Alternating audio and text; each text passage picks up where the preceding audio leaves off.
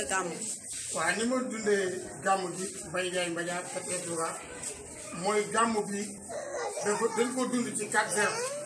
ndax Seydi Mouhamadou Moustapha dafa jëkk a dugal 1-0 lan mooy 1-0 bi mooy keroog Seydi Hadji Malick bi mu bindee li nga xam ne mooy Taysir ca ndomba àllarba ca gaaya nga xam ne boobu fukki at ak juróom la Taysir nekk na fi ba Serigne Babacar Sy radiyallahu anhu jaar fi mag ñu bari jaar fi ba ci ñoom moom Cheikh waaye képp ku ko jàng tey door na la 1-0 ndax ku xam Taysir li ci ëpp Seydi Mouhamadou Moustapha Sy moo tax nga di ko jàng bari na ku bañ Taysir te yaa ngi tàccu ji sa doom a ngi Taysir. 2 Seydi Mouhamadou Moustapha Sy moo fekk mag ndaw yi mel ne man jànguñu di leen tariloo ba ñuy tariloo kenn laaju leen addiya bayloowu leen tool wootewul gàmm ñu koy joxe amuloo te fa nga toog ci sa kër dala fay fekk di la jàngal di jàngal sa njaboot tabaarakallaahu te loolu la yow la waroon la di def ci sa njaboot loo mënul kooku mooy numéro 2 ndax kon lu nu war mooy Seydi Mouhamadou Moustapha Sy ñaanal ko mu yàgg fi lool ndax bari na lu waaye di bañ te sa njaboot ngi ci biir. numéro 3 Seydi Mouhamadou Moustapha Sy maag ñu bari mokkal ñu woon xilaat sax mu ñëw fekk leen ci seen biir kër seeni sët bi mokkal xilaat sax ñuy jàng léeg-léeg sax nu tuddee topp ay bay di ko jéem ba man ko kon numéro boobu moom ki nangoo ku nangul yëpp xilaat sax 2020 ni mu yaatoo mu sunoo yaatu numéro 4 bii nag moo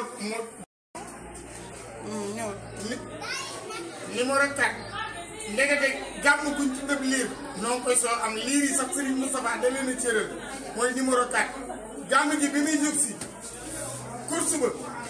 ñun ñi dëkk fii ci koñ bi suñu bàyyi nii ñëpp dañ ne woon kenn du ko bay ñu bay ko ba mu jeex tàkk kenn gis ci dara lépp luñ yaakaaroon ci lu bon yaakaar woon ko Serigne Moustapha xëpp na ci kaw gaaya ndax dina set na wecc ndax li tax taalibe yi nga xam ne tey ñoo fi ñëw ci gàmm gi kenn ku ne sa xol sedd na waaye ñi dul taalibe doon seet si ñoom gis nañu mu gis ndax it nag Serigne Moustapha daa burdu jàngale burdu bi tëj ko bu ko neexee gàmm waaye burdu tëj burdu laaji addi Serigne Moustapha deful loolu de wala ñu leen géré mu ne déedéet Serigne Moustapha deful loolu xool sécurité ba fa nekk ak lépp loo xam si état moo ko waroon defal ci da ngay xool tey lépp lu waroon di sécurité lu ëpp 1 million personnes ci benn place Serigne Moustapha ko am bàyyi ma doon woote ci tànt yi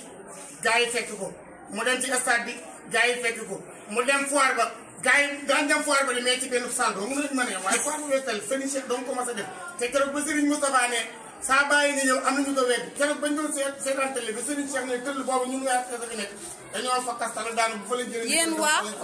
ñun waa RTS man RTS laa nekk 40 ans de RTS. macha allah waaw yaa ngi dégg la boobu RTS rek moo fi nekk. muy benn